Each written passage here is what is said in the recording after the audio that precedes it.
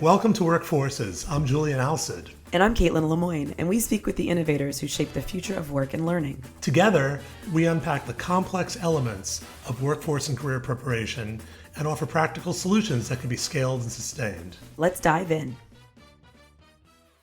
Welcome to episode 2 of Workforces. Thank you to all who listened to our first podcast. We've had over 100 downloads in our first week, which we're so excited about. We also appreciate the feedback we've received from our listeners, and we'll continue to incorporate and refine the show to make this as useful to you as possible.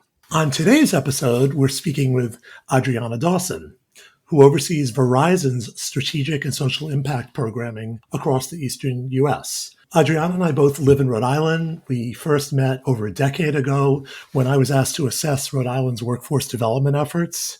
And today, she leads and expands Verizon's partnership network, community investments, and collaborates up and across the business supporting regional and national initiatives. In addition, Adriana serves as a global lead for SOMOS, an enterprise-wide employee resource group, or ERG, amplifying the voice of Verizon's 6,000 plus Hispanic and Latinx employees. Welcome, Adriana. Thank you so much. Super excited to join you and Kaitlin. I appreciate the opportunity. Adriana, we appreciate you. It's so good to be with you today. And we look forward to speaking with you more about your work and background and experiences. So as we jump in on today's conversation, can you tell us a bit about your story, your background, and how it connects to the work that you do? Threads of my origin story really have influenced and informed the career decisions that I've made and the career that I decided to step into. So again, I'm very anchored in my origin story. So my family is from Colombia. I am first generation. My parents were factory workers when they arrived in the early 70s. As you can imagine, the anchor institutions and the resources that exist for new arrivals today was not the case many, many years ago.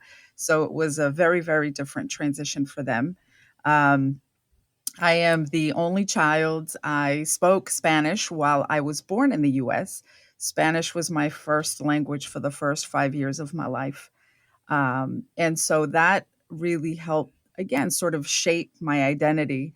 And there were lots of challenges, growing up at that time. And I attended a small Catholic school, and it wasn't very diverse. I was an only child. My parents only spoke Spanish. And at a very young age, I was activated as a navigator, as a translator for them, as a translator for my family, and for many of the coworkers that they worked with in the factory. And what that looked like was, can you translate what this piece of mail says? Can you come with me to this doctor's appointment or to this appointment? And so very early on, as I was learning the English language and just, again, sort of growing up in that environment, navigating within the community, helping amplify their voice, helping them navigate systems, and being activated as a translator was sort of a thing, but I didn't realize it was a thing. And then as I got older, again, just very mindful of the challenges that new arrivals and folks that are underestimated, overlooked, and sometimes made to feel less than have to deal with. And so as I stepped into my career and tried to navigate sort of my own pathway, my 2+ decades of professional experience has really been anchored in amplifying community and being a cultural broker. And when I've engaged in a partnership with my employer partners, and notice how I say employer partners, it has always been at the intersection of allowing them to better understand communities and populations that they historically have not stepped into before. Right. And so I have been a contributor across 6 different sectors, and I feel like I've been very honored in being that cultural broker and leveraging my cultural fluency to support both business and humanity. Tell us about the work you're doing with Verizon and across Fortune 500 companies to amplify community, to be that cultural broker. Absolutely. Well, again, I have the distinct pleasure of being the director of community engagement for Verizon. And so what that means is we have what's called Citizen Verizon. And those are our three priority pillars that we fund around where we have deep legacy. And so that is our commitment to society. That is how we have committed to show up for society and where we will be directing our investments to support programming and activity around those three pillars, and also where we will direct our human capital and our volunteer efforts. So I oversee and support the entire East region. And so in that role, I collaborate with the amazing talent and my colleagues that are anchored in those priority markets. And we build relationships. We engage with community partners to identify how best Verizon can weave ourselves very intentionally into the fabric of those communities and make investments to support the existing good work that's happening on the ground. Again, that aligns to our three priority pillars, which are digital equity and inclusion, climate protection, and human prosperity, which has a deep focus on small businesses and workforce development. So, what are some of the successes you've seen and experienced in your work? And in the other direction, what are some of the ongoing challenges you've experienced as well? So, across my career, which I mentioned, I don't like to date myself, Kaitlin, but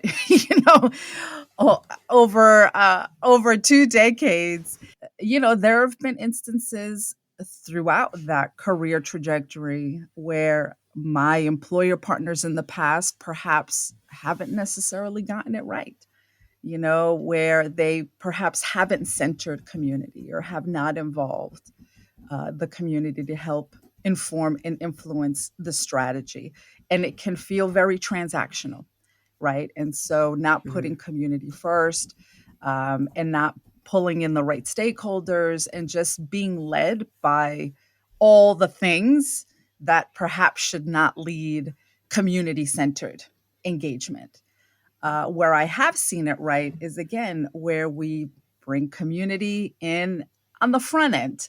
We ask questions. It doesn't feel intrusive, where the partnership feels very complementary when we're not sort of taking the lead, but we allowed community to take the lead and to help inform where we belong and how we should step in and what that looks like.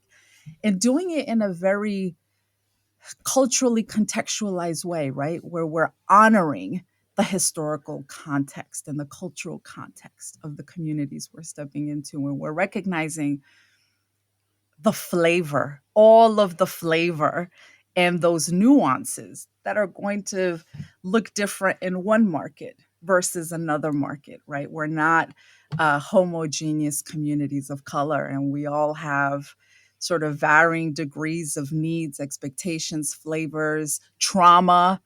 And so what that means for us in the private sector is we need to be better informed, right? We need to educate ourselves in terms of the communities we're stepping into, what they've experienced before with private sector partners. Have they been strip mined previously of information, of assets, and it was parachuting in and the parachuting out, and then they never saw, those private sector partners again. And so where it's done right is where there's a mindfulness around partnerships and relationships and cultivation and pouring into that relationship and what that means. So it's not one dimensional, but it truly becomes magical when all of our assets kind of coalesce and the impact is really community focused and intended. Is there an example that comes to mind of a time when that worked really well, and like what made that, what made it work well? What brought all those pieces together, as you said, to really contextualize and make the experience personal for the community? I mean, not just because I work for Verizon, but I'll have to say it really is Verizon and the work I'm doing now. I am going on my 4th year work anniversary. And what I really appreciate is the openness to the evolution of the work, right? And as we've been stepping into different communities, and as I personally have expanded my territory, it's I would say the openness and the support for my leadership to be better informed. Adriana, what are you seeing? What are you hearing? What can we do differently? What kind of resources do we need? So the fact that it's not just one person's responsibility, right? That as we're seeing and doing all of this good work and the needs, right? Because there are other things that come up as you engage in these conversations with your partners about other needs that they have or other ways that we can show up that we perhaps hadn't identified. It's me feeling a level of comfort that that information doesn't only have to live with me, that it is bubbled up, that it is encouraged, and that my leadership also truly wants to know how can we support this work that you're engaging in. And again, whether that's the financial investments or whether that's the human capital. And again, I'm feeling really, really good about the work, and I am thrilled about the way in which my employer partner has decided to partner with me to continue in this human impact work. Based on your experiences, can you offer a practical step or three that social impact and business leaders can take to become forces? You are a workforce here on Mm-hmm. Workforces. A step or three that they can take to become forces on these matters in their own organizations? What I would ultimately love to see more of are individuals and professionals that come from impacted communities be more deeply involved with social impact work, right? And I'll say we have this lived experience. I have experienced poverty. I have been a recipient of career and job readiness programs as a youth. My family was a recipient of different resources. So I understand it. I get it. I understand the barriers. And I'm finding that there's such an opportunity to cultivate and develop a pipeline and introduce emerging professionals and other folks like me that perhaps aren't very familiar with what this social impact space is. What is corporate social responsibility? What does this work mean? To introduce more of us with this lived experience, not only into the work, right, but to lead the work. There are many folks in this space leading this work that are extremely well intentioned and are amazing professionals, and they're great at developing strategy, but perhaps again don't come from these impacted communities. So I would challenge, our leaders in this space: make space for others who can help cover your blind spots, that bring a lived perspective that perhaps you don't have, and that's where a lot of the magic happens. And in addition to that, I would also say, continue to be mindful of what I had mentioned earlier. Um, as you're thinking about volunteer efforts, you're thinking about stepping into community to engage in conversations with stakeholders. How well informed are you as you're stepping in these communities, right? On the front end, there needs to be a level of education that we need to not only be mindful of, but I'll give you an example, for instance. And so one of my new markets is Philadelphia. And so, what does that mean for me as I'm stepping into Philly? So, I dug into neighborhoods, I dug into census data, I dug into the population, and the breakout of the demographics, because it was my responsibility to them to be Mm-hmm. informed as I stepped into these communities. And so those are just two examples, and happy to dig a little bit more deeply, but it's not the community's job to educate us consistently. It's taxing, it's draining. We need to own some of that as we're looking to continue to engage in this work. you're doing work within Verizon, but also across Fortune 500 companies or with counterparts in other companies who are addressing the same issues. Can you speak a little bit to that work? Absolutely. And so, again, as a result of my role with SOMOS, which is Verizon's employee resource group that supports our 6,000 plus Hispanic and Latinx identifying employees, I've taken it upon myself to connect with other leaders within ERG resource groups across other Fortune 500 companies. And it's all with the goal of, what are you doing to support your workforce? As an ERG, what are your tenants? What are your employees of color, or just employees period? What are they gleaning on? How are they looking to continue to amplify within your workforce? How can we share resources? What are some professional development takeaways or things that you're hearing from your workforce or from your ERG community? And I'm also curious, as I step into those conversations, what are you doing externally? How are you showing up? What are some best practices that we can glean from? And so it's really getting a large lay of the land in terms of how we're coalescing resources, how we're showing up together, how we're leveraging our assets. And so that's the role that I've been playing, again, within my own ERG, but thinking about what are others doing in the same space that I'm in, who are representatives across these larger entities.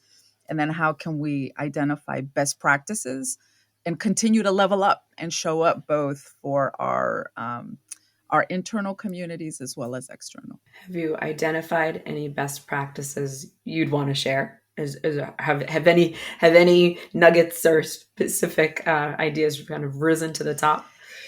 There are a few, and I think I would land on more internal for now, because this has been a fairly new practice. But again, what we're finding is, while ERGs are funded by our corporations, there's a lot of work that can still be done, right? And there isn't an endless amount of funding, and so what we have found that there are experts within our particular spaces. Let's say there's an expert in LinkedIn, someone who is like a marketing executive or leads a marketing department.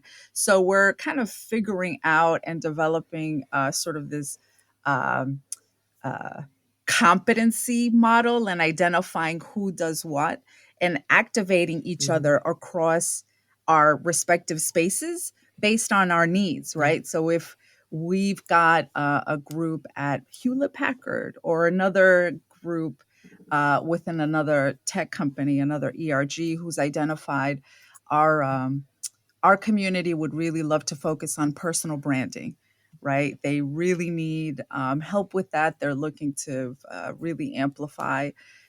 And so some of us have raised their hand to say, you know what, we're pretty active on LinkedIn, or, not for nothing, but we've done pretty well in building our personal brand. We're happy to facilitate a session for you and your team. And so again, shared resources to meet our needs, but also to be mindful of our respective budgets across the board. It's so wonderful to see, we talk a lot about workforce development as this kind of multidisciplinary undertaking where, you have to have all these different actors, employers and educators and trainers and so on. It's just so great to see a corporation, and you taking the lead on so much of this, because ultimately, you're the ones with the jobs. And as hard as the public side of this tries, they have jobs, but they don't have your jobs, and many of them very well paying ones. No, absolutely. And the other thread that I would lift here, being a first generation professional is real, and it's a thing. And so in many of the spaces that I'm in, I find that while people really appreciate the professional development modules and opportunities that they've been given, it doesn't necessarily speak to them because it has been facilitated and presented, again, either by a facilitator who's a non-impacted facilitator who shares or leads the workshop or the training program through the lens of a level playing field. And it's just very challenging for someone who comes from a particular socioeconomic background or who has dealt with trauma or other hiccups along their career to really glean on having the ability to see themselves kind of navigate through what's being shared. And so talking to other professionals about what is talent and development, what does professional development look like for a particular workforce that is first generation professional, looks and feels different. And it has to be culturally contextualized. It has to take into account our cultural norms, our history, our barriers. And so that's another thing that I'm also very passionate about, because we often talk about first generation college students. And what does that mean in terms of like access and making sure that we help them with their transition? Well, the same applies. First generation college students become first generation professionals. And who has decoded the world of work? Who has helped demystify, in addition to working hard, right? There's other things within sort of that secret sauce that no one has ever really shared with you. If you don't come from a household where that's been normalized for you, that can impact your ability to, to have your upward mobility supported, because you don't know what you don't know. And there are all these unspoken norms and ways of being, right, that we have to be explicit about. Because otherwise not everyone knows they're there. No, absolutely. And so, in my case, just very quickly, what I knew was hard work. I knew grit. I knew how to make $1 out of 15 cents. We just had to figure it out. So I just kept my head down and I worked really hard with the hope that someone would tap me on the shoulder and be like, hey, congratulations, you're working really hard. It's promotion time. That wasn't the case. So my career early on stalled, and I saw my peers advancing, and I internalized that. I was like, what am I doing wrong? But that's because I didn't understand that sort of the system really wasn't designed to support me. I had to work around the system, but I didn't know what that meant. Again, nobody had decoded or demystified for me and said, Adriana, you really need to start networking.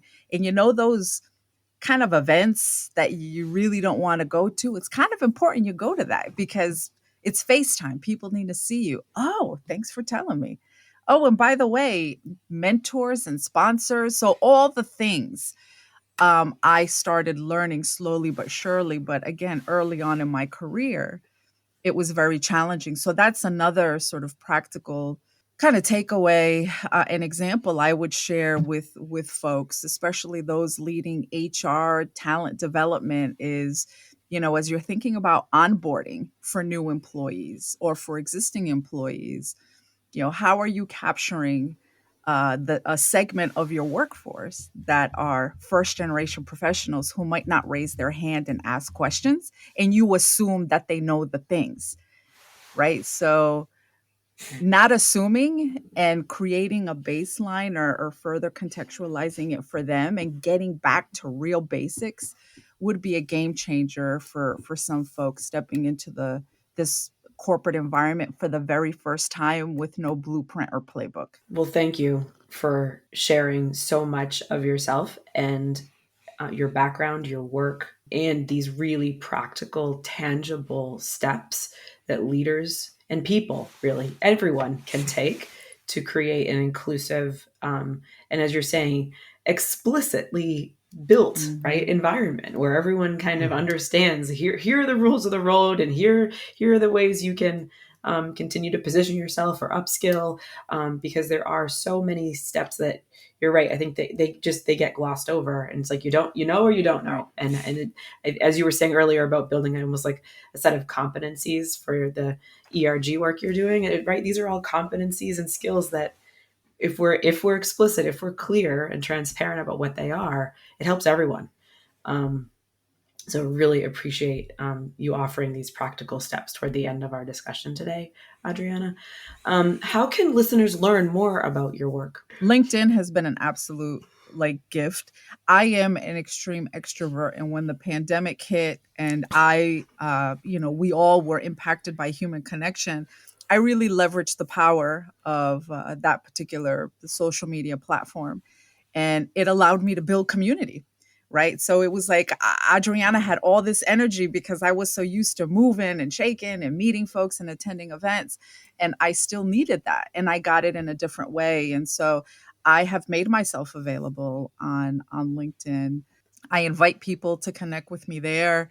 I have taken our online connection offline, schedule 15, 20 minutes with folks because I'm really curious. I'm very relational, and I love to better understand who I'm connecting with and how we can be of service and a resource to each other. And so I would say LinkedIn would be a great way to take a look at my content, right? Just the stories that I've shared, the things that I find interesting, but also connecting with me personally, and would love the opportunity to do that. Well, and Adriana, it's so great. We hadn't been in touch for a bit, and we reconnected on LinkedIn. So there you go. Absolutely. And it's such a pleasure to reconnect and have this conversation with you.